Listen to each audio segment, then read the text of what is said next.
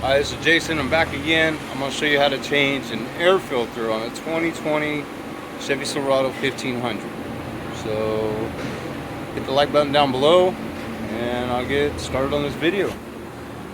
So here's the air filter right here, air filter housing. This bolt right here, you're going to need a 9/32 wrench. You're going to loosen this right here.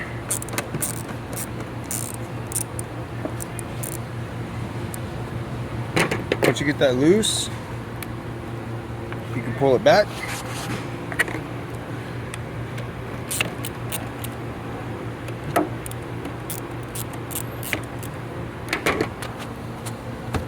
Pull that off. You're going to undo this clip. You're going to unplug this right here. This is your mass airflow sensor. Right there. Now once you get that off, there is, count, 1, 2, 3 8mm screws, 8mm or 5/16. Get those 3 screws out and then I'll show you what to do next.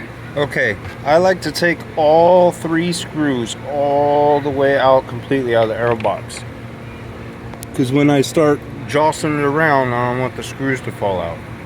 So I'll just take this right here, lift up, and kind of wiggle. There's your air filter right there. If you have a blowgun, you could also blow it out inside here if you got any dirt. Look inside.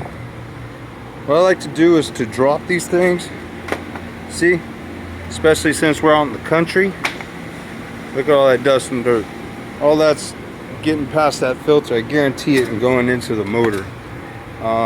I do recommend changing these. Where we're at in California is extremely dusty. The farmers come in a lot. I like to do them every other oil change at least. On some of the farmers that have harvest, I do it every single oil change. It all depends on how dusty that filter gets. That's all you need is be putting that stuff into your motor. So I'll go grab an air filter and I'll be right back. Okay, I'm back. I got a brand new AC Delco air filter. This at the Chevy dealership is about $36.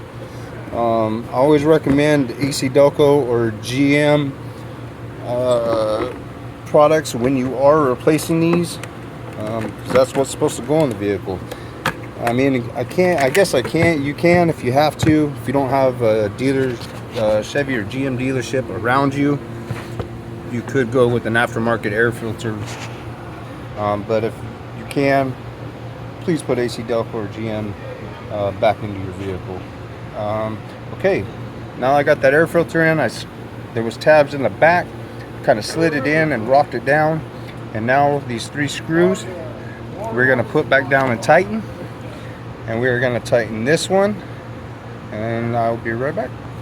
Okay, so I got these 3 bolts in. 1, 2, 3. I'll tighten down. I tightened down my 9/32 clamp right here.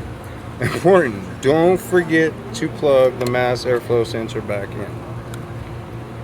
Plug it in, make sure the lock goes in, and that is it. That has